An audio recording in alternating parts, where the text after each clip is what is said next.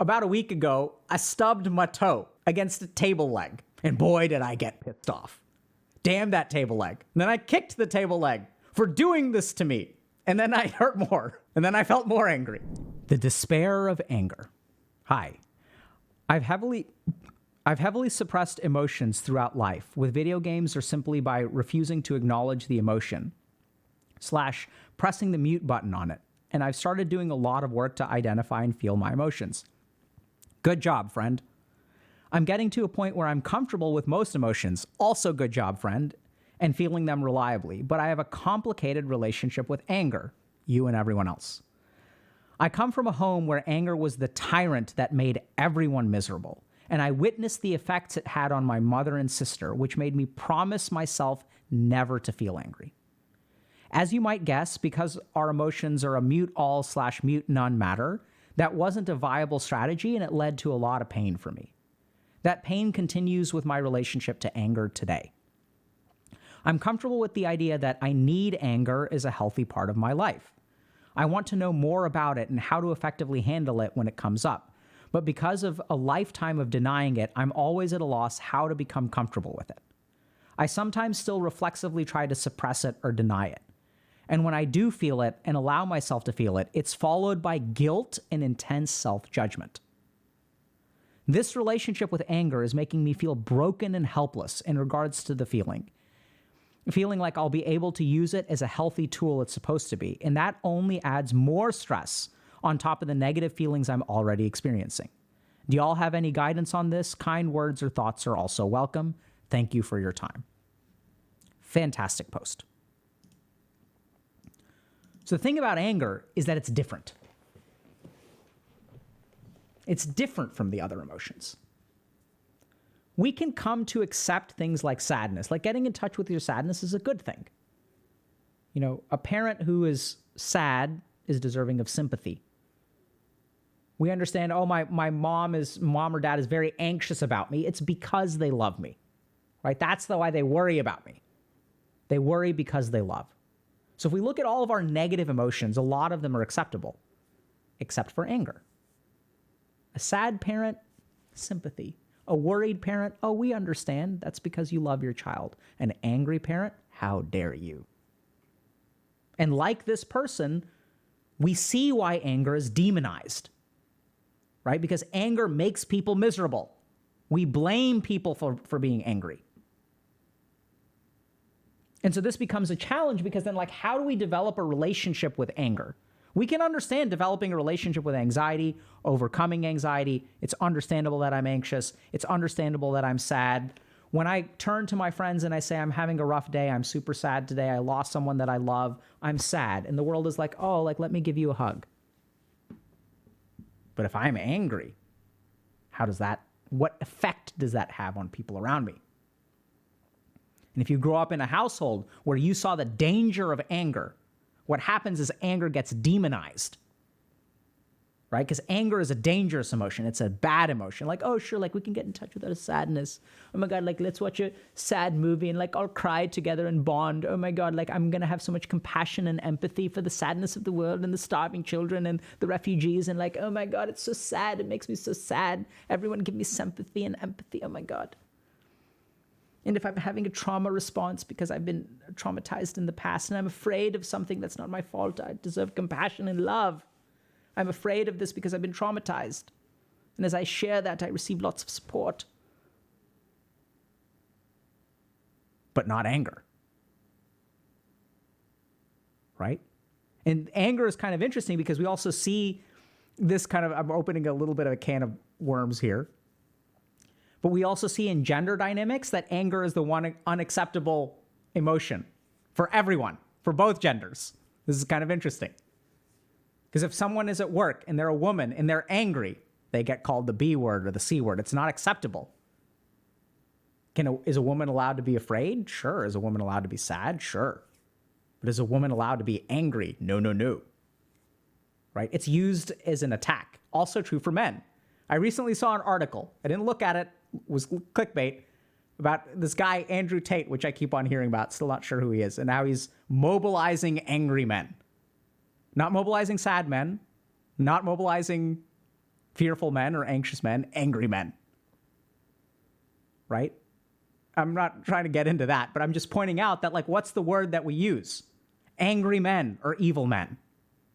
Right? Anger is the unacceptable emotion. I'm not commenting on whether he is, or I don't really even know who he is or anything like that. I'm just saying, like, I saw this article and I've observed that when we're trying to bash both genders, if we toss the word anger in there, it's unacceptable. Right? It's kind of interesting. So that's what makes it universal. It's not actually gender specific. So we demonize anger because anger is the opposite of compassion. And compassion is like a good thing, right? We sort of like put those two all like kindness or angry. Kindness or angry. So what happens, it's really tricky because how do we develop a healthy relationship with this thing? Because anger isn't like the other emotions. Even Freud sort of he has a lot of really interesting stuff to say about anger. And I think this is his theory, that depression is anger turned against the self. So when I'm very depressed and I'm like, oh, I'm terrible, I'm not a good person, people deserve better, people would be happier if I didn't exist, all these kinds of thoughts, that's all hatred against the self.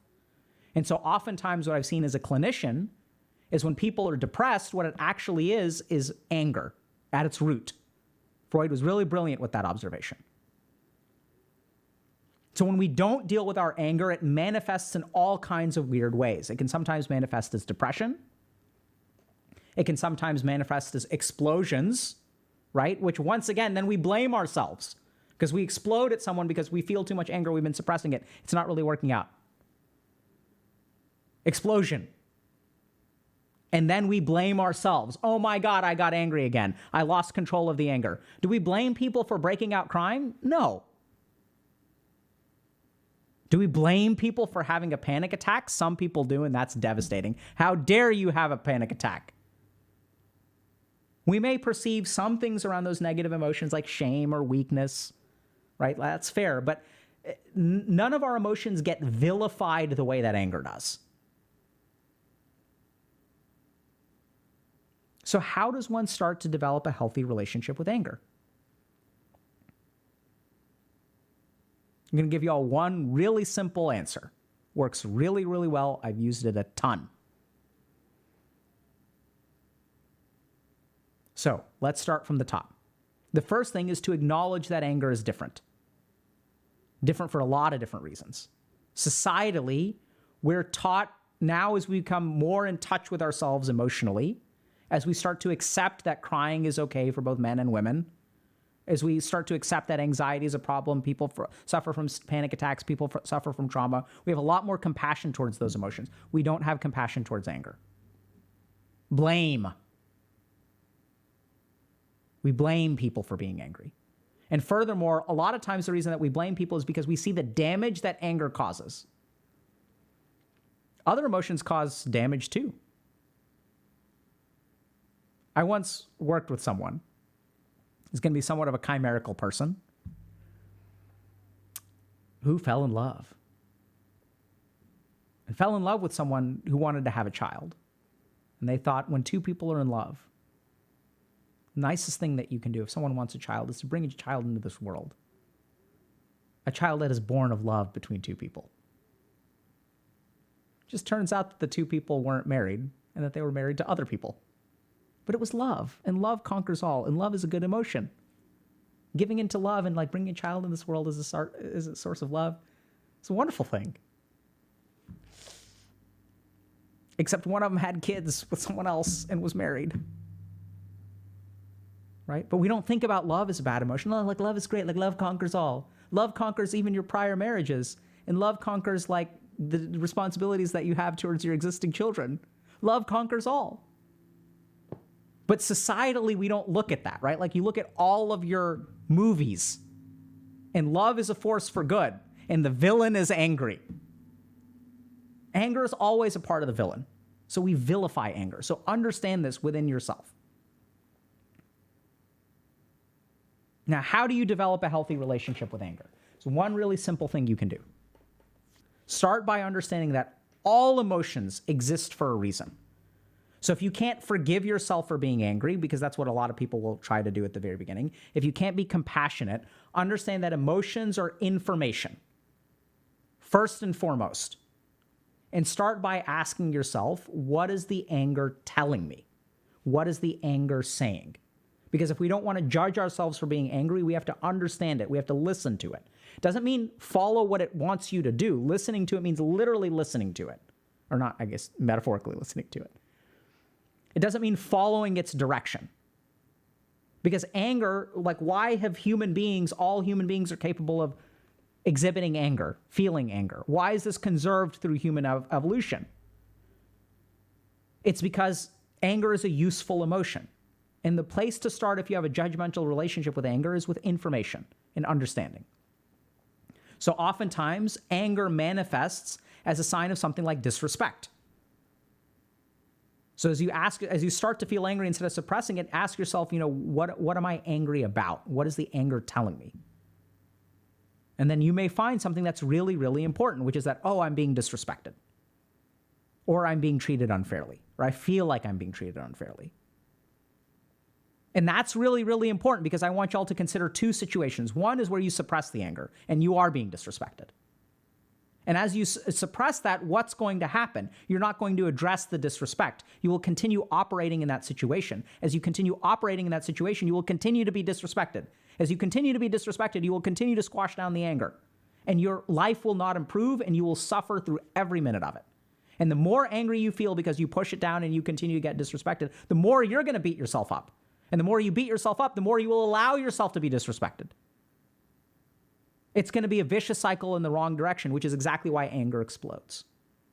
Because we suppress it, right? And we sort of know that suppressed anger explodes. So anger is a useful form of information. And as we listen to our anger, as we start to recognize, okay, where are you coming from? It starts to build a healthy relationship with it. Because now you're not judging it. You're not squashing it down. You're not giving into it and letting it explode. You're listening to it.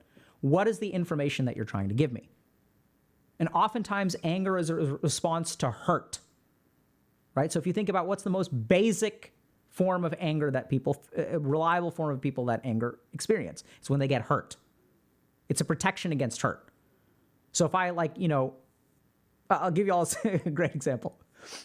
So about a week ago, I stubbed my toe against a table leg. And boy, did I get pissed off. Damn that table leg. And then I kicked the table leg for doing this to me. And then I hurt more. And then I felt more angry. Right? So if y'all have ever gotten angry at an inanimate object, I think there's a great subreddit about this, stupid people fighting things or something, right? Where you get angry at think about that. Doesn't make any sense. It's not the table leg's fault, but it's a natural human reaction when we get hurt to feel angry. And if you want to understand how baked it in is, it has nothing to do with other people. It's all just the way that we're wired. All you got to do is stub your toe. And you'll see how anger is a response to hurt. So once again, ask yourself when you're feeling angry, how was I hurt? And get to the source of that. Because what tends to happen when we see these abusive, angry households, what's usually happening is those parents that are abusive or angry or explode aren't in touch with what the anger is telling them. And so they displace that anger onto other people. They don't acknowledge their own hurt. So when I've worked with people who have things like diagnoses like antisocial personality disorder, which is kind of like sociopathy. Or when I've worked with people in jail, when I've worked with criminals, what I tend to find is that a lot of them are angry. And the reason that they're angry is because they've been hurt in some way. So if you want to develop a healthy relationship with your anger, start to ask yourself about how have you been hurt? What is the hurt that underlies this anger? Because anger is just a source of information. We're not saying embrace it. We're not saying love it. We're not saying because you're not ready for that yet. The first step for 99% of people that I've worked with is to understand what anger is trying to tell them. And hopefully you all know this very simple principle that when someone is heard, when someone listens to you, when someone feels heard and listened to, the emotion goes down. And then you'll be able to develop a relationship. You'll be able to control it.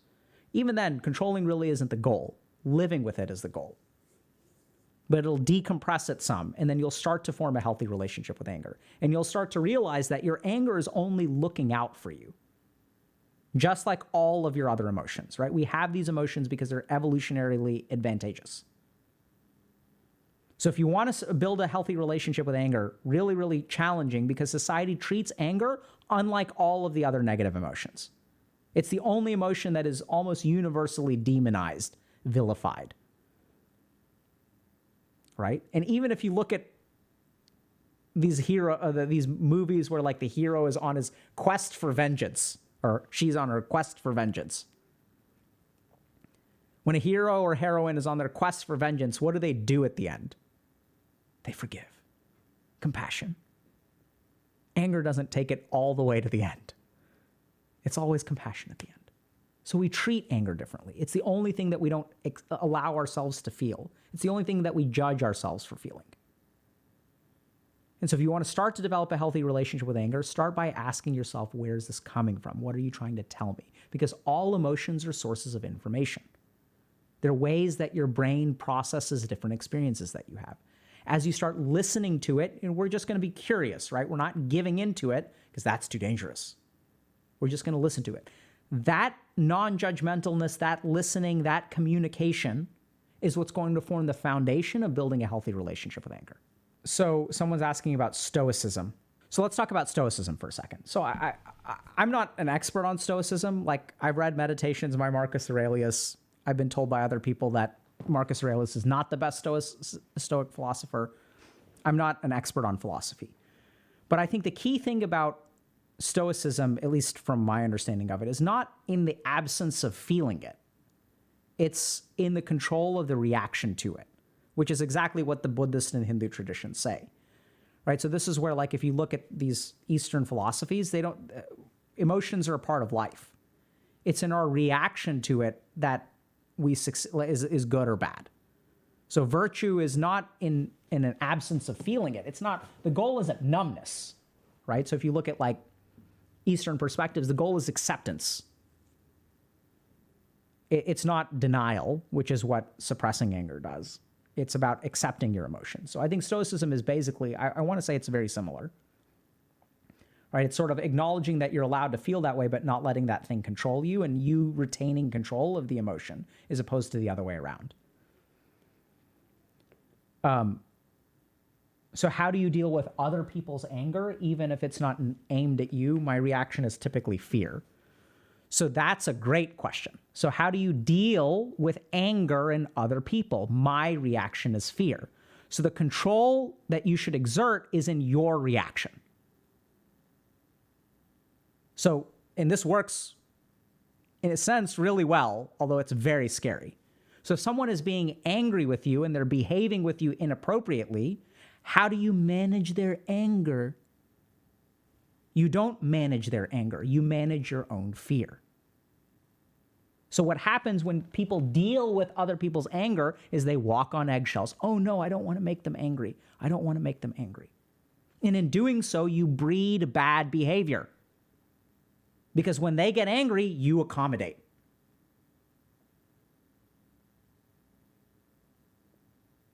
So the right way to deal with other people's anger is to actually not be controlled by your fear.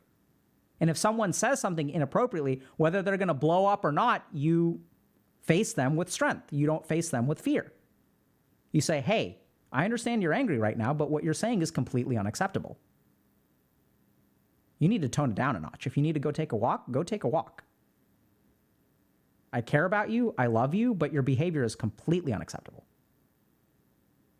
You want to do it calm. You don't want to give in to your own anger. You don't want to give in to your fear. You don't want to admit mistakes that you didn't make.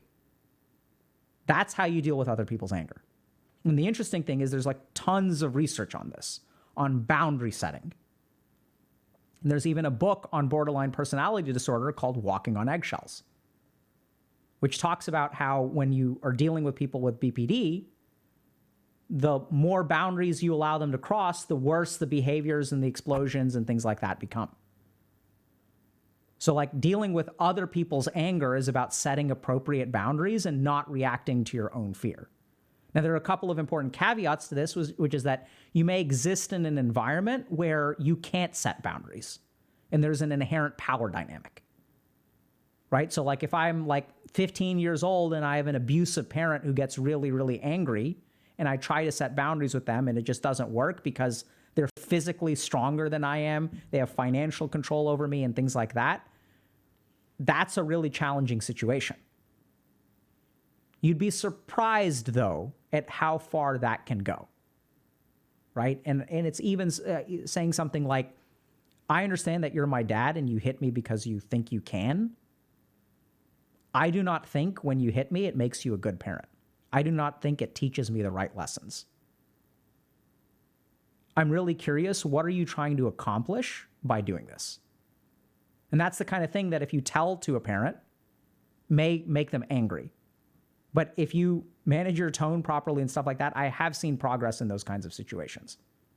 Because oftentimes parents aren't evil, right? They lose control of their anger.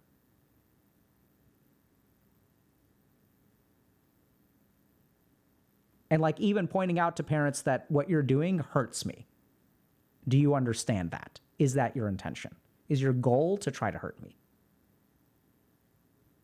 So like these are hard words to say to people in power dynamics, but like sometimes that's what you got to do.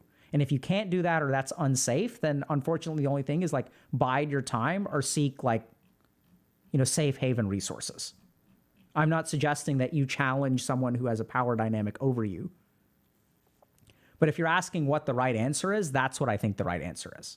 Sometimes you got to be smart about it, right? It's like biding your time until you can leave the house and then never look back. How do you deal with anger once you've become independent? You do not let guilt win. That's how you deal with anger once you become independent, if you've been dependent on someone who's angry with you. Do y'all understand that? You bide your time, play it safe, don't challenge them, and then GTFO. And once you GTFO and they no longer have power over you, their tune will change. Come home for Christmas. No, I'm not going to do that. Why are you mad at me? Because you've been physically abusive. That was in the past. It still hurts. I'm sorry. I'm confused. What are you expecting that to do? When you say I'm sorry, what effect do you think that has? I'm curious, when did you start to become sorry? Like, for the years that the abuse went on, did you feel sorry? Yeah,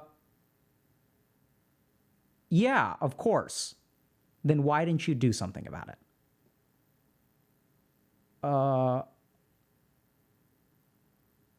It was hard for me. Okay.